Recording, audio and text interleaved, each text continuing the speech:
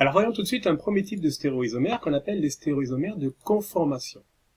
Alors voici une molécule que vous connaissez bien, qui s'appelle l'éthane, avec 2 carbones et 6 hydrogènes, et cette molécule est composée de liaisons simples. Alors, ce qui est intéressant avec les liaisons simples, c'est qu'elles peuvent pivoter.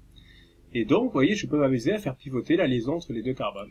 Ce qui fait qu'en fait, on va avoir différentes formes de la molécule, par exemple comme ceci ou comme ceci. C'est ce qu'on appelle des différentes conformations de la molécule, des isomères de conformation.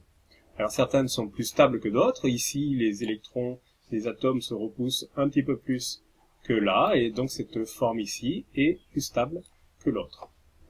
Alors toutes les molécules montrent une isomérie de conformation, et donc des formes différentes. Par exemple ici, vous voyez les isomères du cyclohexane, avec des noms particuliers, en liaison avec leur forme de bateau ou de chaise.